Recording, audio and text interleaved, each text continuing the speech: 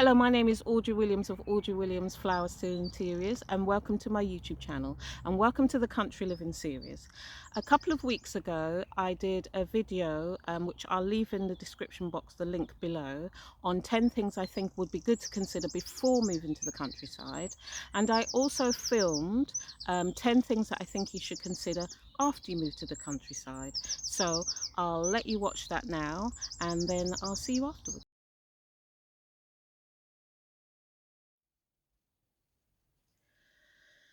So, having lived in the countryside for quite some time now, coming up to 13 years, I've got some 10 tips for you and probably some bonus tips as well about what we found would be useful tips for when you've moved to the countryside.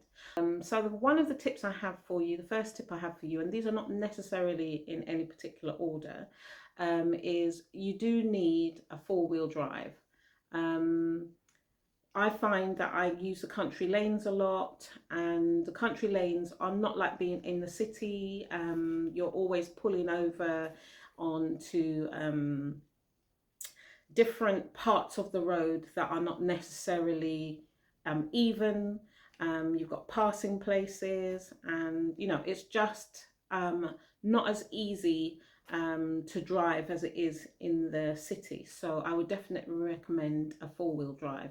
I do have a video on what it's like to drive in the countryside, and I'll leave that linked below as well. Tip number two I have for you is about clothing. You do need waterproofs. You do need, it does seem to rain a lot more. I don't know why. You do need warm coats, really practical clothes, Wellington boots, warm socks, walking shoes, things that you would not necessarily need in the city, but you definitely need them in the countryside. And I think Wellington boots was like the first thing that we bought, but we do have walking shoes, and really good warm socks, and like I've recently bought like a new wax jacket as well, so and that's really good for being waterproof and also for keeping you warm if you've got pets or animals that you're going to be looking after and you need to go out all the time to feed them and look after them, or even just walking your dog. You just definitely need to have good outdoor clothing, and yeah, a hat, good warm hats, definitely. And even when the weather is warm, to keep the sun from out of your eyes when you're working and stuff like that. But definitely consider really good outdoor clothing when you move to the countryside. Garden tools. Third tip I have for you. You'll be working in the garden a lot more, hopefully. And what we did is we visited like car boots and different places where I could get pre-loved tools. And usually, if they're older and they're not plastic, they're made out of wood and metal, so they last a lot longer. So these are like hand tools that I'm talking about. But you do need an awful lot of different types of tools, edging and digging and all sorts of different tools. And a way to save money to do that is by visiting car boots, and you can handle them and feel them and see. You need more tools that are powered with petrol, so that you're not having to do lots of extensions and lots of extensions everywhere. So like the kind of tools that we need is like chainsaws for like cutting up logs, because we have a wood burner.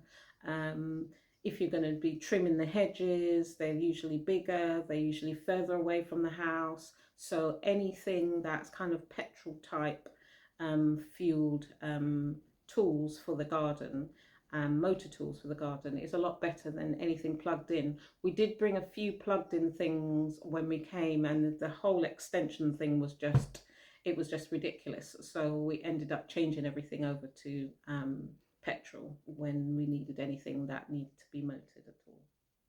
Tip number four is there's not as much lighting outside as there is in the city.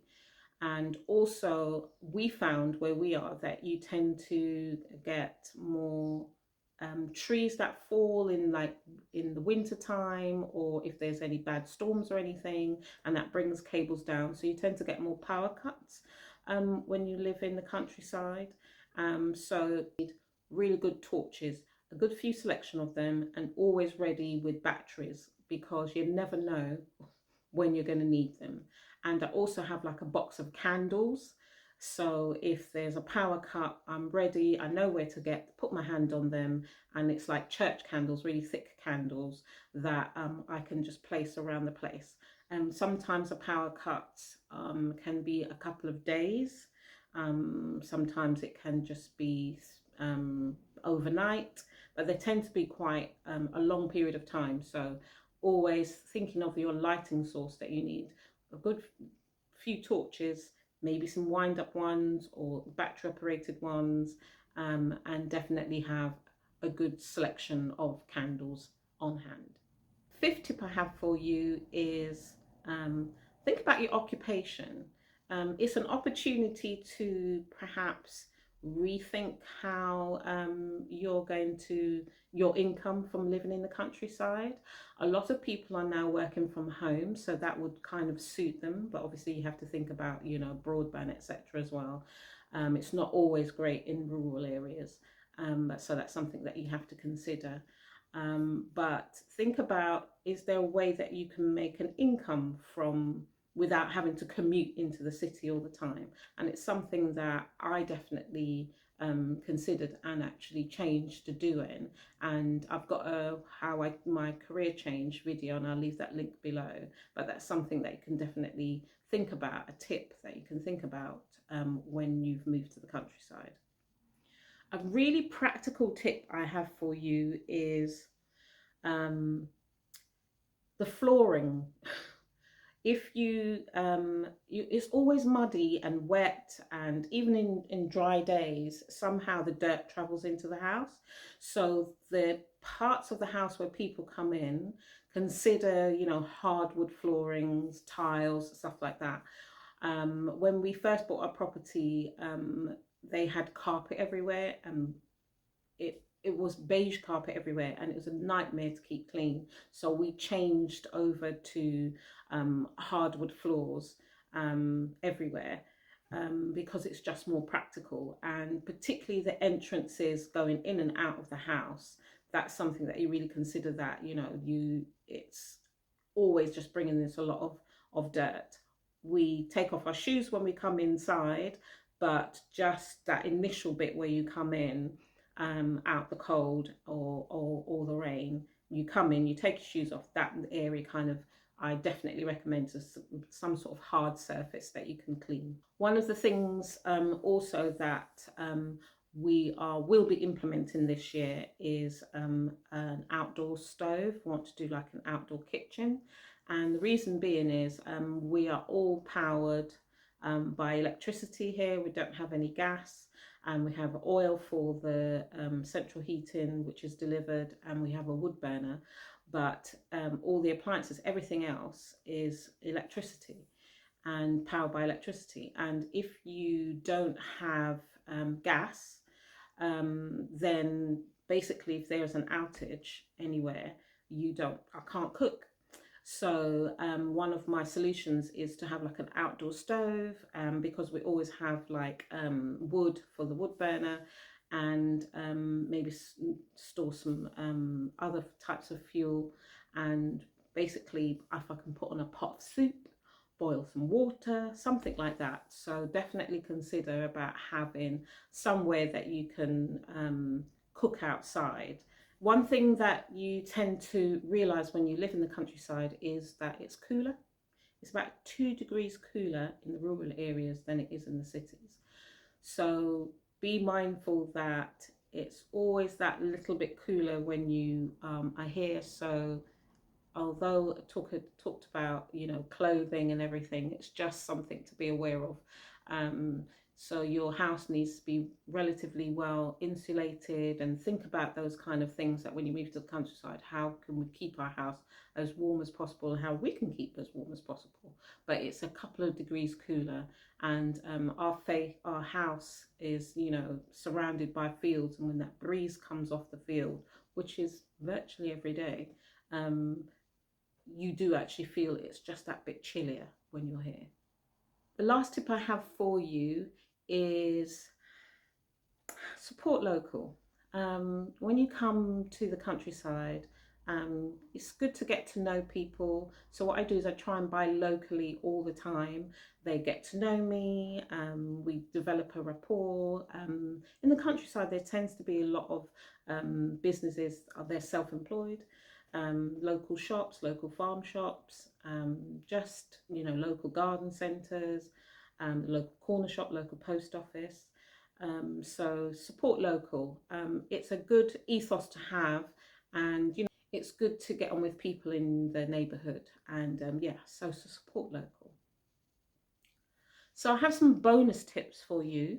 One of the bonus tips I have for you is you need a greenhouse. um, when we first came, we inherited a greenhouse that was here, and we used that, and it's a bit smaller than the one that we have now. And I'm actually going to get another greenhouse. I'm going to have two greenhouses, because when you're starting out your foods, it's just a lot easier, rather than having everything indoors, trying to start off with seedlings and stuff like that, to have a greenhouse, because there's some seedlings are quite happy, like beetroots are quite happy to be in a greenhouse to be started off as seedlings. Some things obviously you start off indoors, but yeah, I would really invest in a greenhouse. Now there's more than one. You can buy them brand new, or you can go on Facebook Marketplace and get them on there. There's varying sizes and there's varying types. So yeah, invest in a greenhouse. I definitely recommend it. Also, another bonus tip I have for you: have somewhere for people to stay if possible. When people come, and if they can stay overnight, you might not necessarily live near where they are, and you know, they might not want to drive back in the dark. So if it's at all possible and you can have like somewhere for someone to stay, one of the things of moving to the countryside is, if people haven't got the benefits of living in the countryside and would like to, and they can come and stay for a while, you can share that respite with them, share your home with them, so that they can come and get some respite as well. Even if they've come for the day, that's great, but if they can stay overnight, and if you've got somewhere that you can put them up, that's always, we found a really good way of, you know, helping people to sort of enjoy the countryside, and you're not just enjoying it on your own. So yeah. Another tip I have for you is, if you can get a generator, and it can give you some power, while, even if it's just powering tools, or while there's some sort of outage and there's some power cut, I would definitely recommend thinking about getting some sort of generator, just to tide you over. I just think it's a wise thing to have, and we definitely think, yeah, that a generator of any size, but you know, particularly something that can just kind of tide you over in the meantime when you get any sort of outage. One more bonus tip I have for you is preserving. Do your research on preserving, because as much food as you grow, you will get an abundance of food, and you want to get them through the winter. So there's like different, I will be doing a video on preserving, but it's something that you definitely need to do once you've moved to the countryside, because if you've grown anything, or and you have a lot of it, it's be good that you can eat it through the winter once you've harvested it.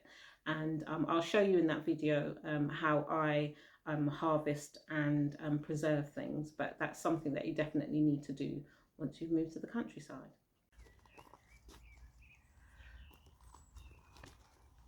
Oh, you're back. So I hope you found those 10 tips useful and the bonuses as well. If there's anything that you think I've missed or any other tips that you think would be useful after moving to the countryside, please leave them in the comment box below.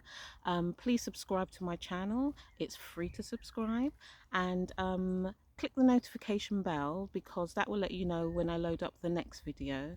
And thank you so much for watching, and I'll see you in the next video.